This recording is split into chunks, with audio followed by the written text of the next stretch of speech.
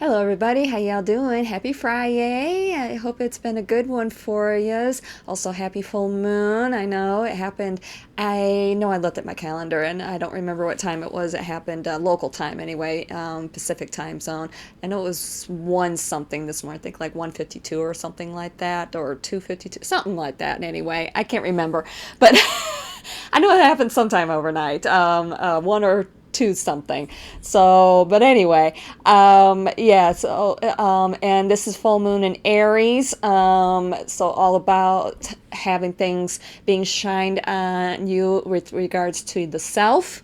Okay, so and especially with all the retrogrades going on and so forth right now, so basically shining a light on certain aspects of yourself. And the reason why it's about the self is because Aries rules first house, and first house is all about the self. Okay, so yeah, lot and also to help teach you with learning some things about yourself, helping you to bring yourself closer to balance, because that's the thing with Libra. And I'm a Libra moon, and basically with Libras, or at least during this time or what have you, or if you seek out Libra energy or something like that. Okay, with Libra, it isn't about being in balance, it's about seeking balance. It's about wanting that balance and so forth, and learning how to seek it. Okay, so that's pretty much what it's all about. All right, so I know it's been the last couple of weeks, or at least for a while and everything. There's definitely, at least with myself, and I know I talk about myself a lot of times, and it isn't because I like talking about myself. It's more of a frame of reference, because I mean, let's face it, all I have to reference is myself. And, so I feel that I can best present examples or whatever through my own experiences. That's what I'm trying to say. And also, I even if I might use somebody else as an example, I try, and in some ways I try not to, or at least to a point where I'm not going to be giving away somebody's identity. I'm a real stickler about confidentiality and so forth. I don't feel right talking about other people's business and so forth. So I feel better if I talk about myself, at least to a certain extent and everything. But anyway, yeah, what I was gonna say is, I know that myself here recently, I have definitely been taken some really hard looks at some things. So it's definitely been a big time for healing with myself, with some fears and anxieties and so on and so forth. If you've watched my videos or been watching my videos for a little bit, starting way back when Venus went in retrograde, I had resolved that I was going to take a long, hard look at my relationship with money and money issues and so on and so forth, how I view money and so forth.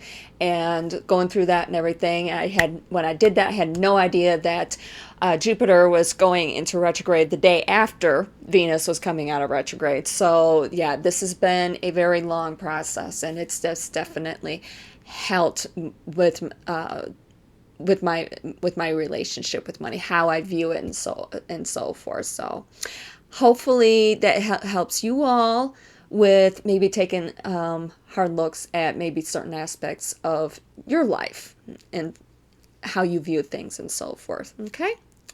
All right, let's jump into this. Enough about me. All right, first up, Spirit Animal Oracle by Colette Baron Reed. Find out what sort of spirit animals we have around us. First up, bottom of the deck, the number 65 card. That's the 6-5 card, the Whale Spirit. Trust the Great Mystery. What are we talking about? Yes. And what I was just talking about is going to definitely be coming up here shortly. All right, next up, top of the deck, the number 30 card. That's a 3-0 card, the Grasshopper Spirit. Take a leap of faith. And as you can see, you got this grasshopper here taking a long, hard look at trusting that great mystery. Okay? And definitely the last card, definitely not the least card, also from the top of the deck, the number 33 card, a master number, basically bringing the vision and the architecture together. The horse spirit, freedom is yours. So yes, big message here. Taking a long, hard look at your trust issues and trusting that great mystery, so that way you can have your freedom. Wow. Yeah, that just came out. I don't know. Yeah. Freedom of being able to choose. Freedom of being able to live in knowing that you have trust in it, so forth, and feel safe and secure and everything. And to be able to have that sense of freedom, that release, and so forth. All right? I know. I know what I'm trying to say there, but let's dive into this, all right? With it being Friday, it's the Light Worker Oracle by Alana Fairchild. Find out what sort of messages are for us light workers and light warriors for the coming weekend, or heck, the coming week. First up, bottom of the deck, number 35 card. That's a 3-5 card.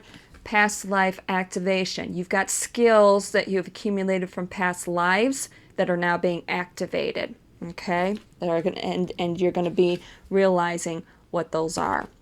Next up, from the top of the deck, the number 21 card. That's a 2-1 card.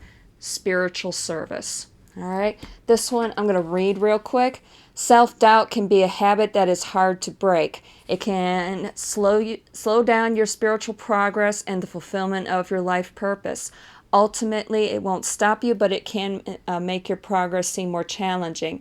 It's easier to fulfill your purpose when you acknowledge your own goodness and talent and do what you love to the best of your ability. Realize that you're enough, that your work is good, and that you have something of value to offer. It is time to let go of fear of failure, concern about your ability, and your right to live a happy and fulfilled life of success. The universe believes in you. All right. Last card. Top of the deck also, the number 16 card. That's the 1-6 card, Dark Night of the Soul. All right, so definitely taking that leap of faith with trusting the great mystery, so that way you can have your freedom. All right, okay, first one added up to 11, all about that vision. Second one added up to 9, definitely ending of a cycle. Both of them adding up to the number 2, partnership. Definitely you want to be trusting, so that way you can take that leap of faith. So that way you can be in spiritual service. Dark Night of the Soul is all about trust.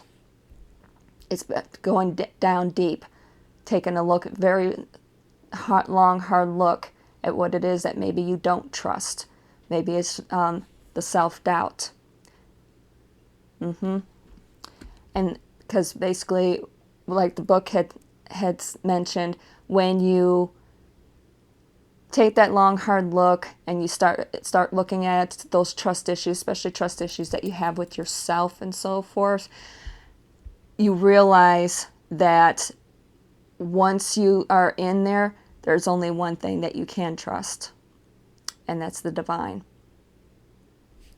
So trust in that great mystery. Trust in that vision. Most importantly, trust in yourself.